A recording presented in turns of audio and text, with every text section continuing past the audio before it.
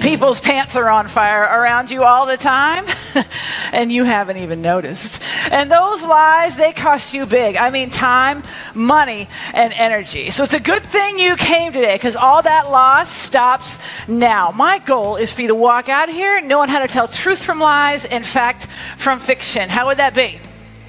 Oh, good. I thought you'd be excited. So I have been reading people for the last 20 years, uncovering secrets hidden in plain sight. I get asked to comment on crimes and politics and billion-dollar business deals. It is fascinating to me, and I never run out of things to talk about.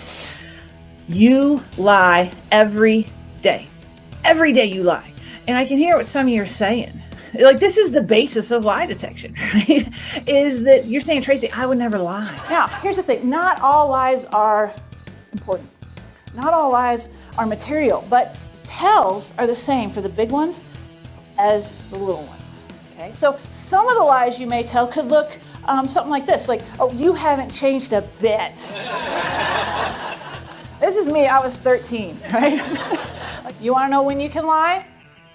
When you're asked this question, does my butt look big in these pants? No, it doesn't, okay?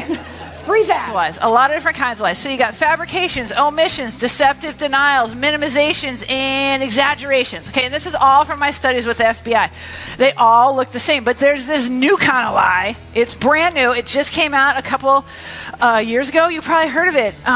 Alternative facts, like brand new kind of lie, right? It doesn't matter what kind of lie it is. Body language is going to indicate that really clearly. That's why our law enforcement really leans on it for investigations. Body can't lie, words can lie. Got to pay attention to the body language first. Put more weight on that.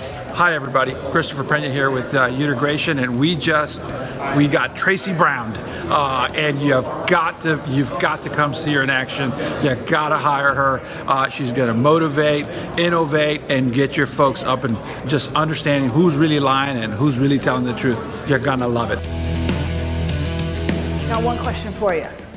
What do Chris Christie, Lance Armstrong, and Vladimir Putin have in common?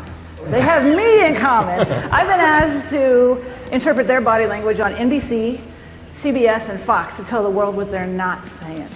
The parents' body language, body types, eye patterns, and words are all consistent, according to body language expert Traci Brown. So today, we watched both candidates' previous debates with body language expert Traci. Traci Brown, who literally wrote the book on detecting lies, says the interview features very few. Body language expert Traci Brown starts noticing the red flags. We watched the interview alongside Traci Brown, who actually raced with Armstrong on the USA cycling program in the early 90s. Now Traci is a body language expert who specializes in being able to tell whether or not someone is lying. Who's ready to play my not ready for primetime game show? Body Language Blitz. Y'all ready?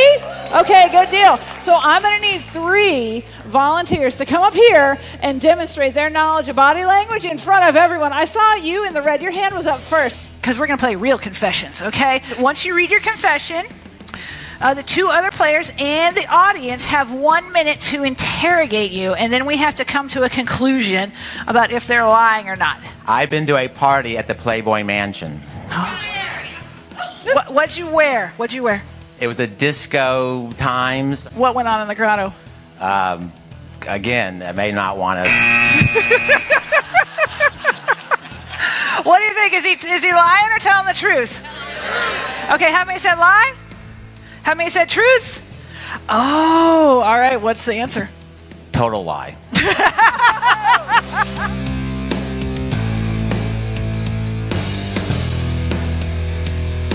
There's nothing worse than just pouring time and money and energy into a project, into a case, into a trustee, and just having it come up dry.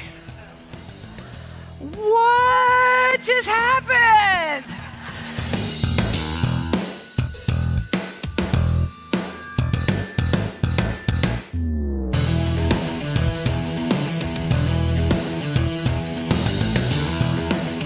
Well, for one, did you see how people look different when they're telling a lie? Like they do something significantly different than when they're telling the truth. Did y'all see that?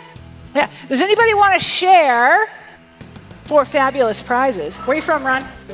Cumming, Georgia. Cumming, Georgia. Okay. And you picked out the lie? I did. What was the lie? He said he had 3 kids and both of them went to college. Oh.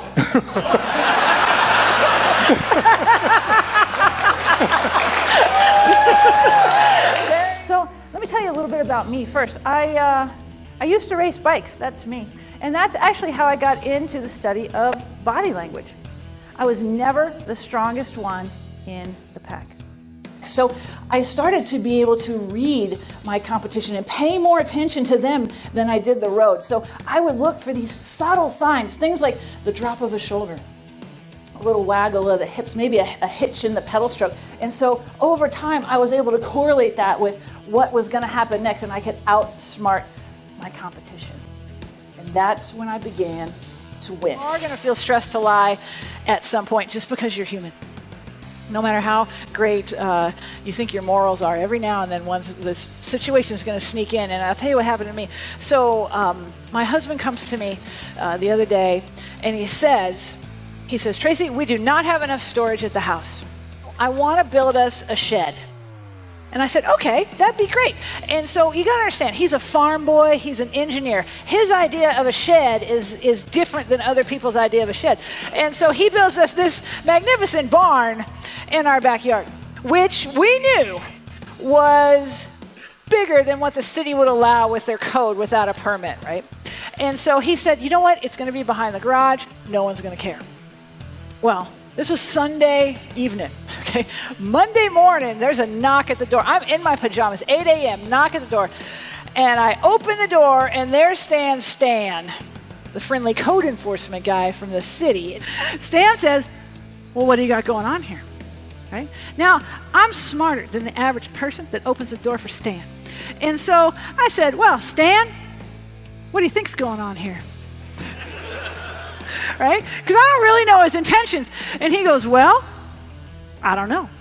And now I'm getting angry because he's trying to manipulate me. Like, I don't know what's going on in my backyard. There's a barn you can see from space, and I don't know. I am lying to Stan. My eyes are going every which way. My lips, I'm itching, I'm scratching. My baseline is blown out. I'm just hoping he hasn't been in one of my classes.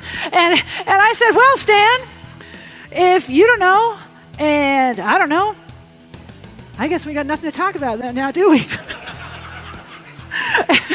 And so the story ends with me agreeing to give Stan's card to someone who did know what was going on around there. So Matt took it down. He took it down, and he replaced it with this much less magnificent shed that it fits in the code just perfect. But we had more scraps left over, so he built us another shed. Because clearly in Boulder, it's better to have a shanty town than one magnificent barn. So just know that when you feel forced a lot, you're not going to be able to rub it out. Okay, it's going to happen really fast. And now that you know because you'll feel this stuff, and you're going to know what you're doing, and you're just going to cross your fingers that other person hadn't been through one of my classes. Thanks, everybody. Thank you so much.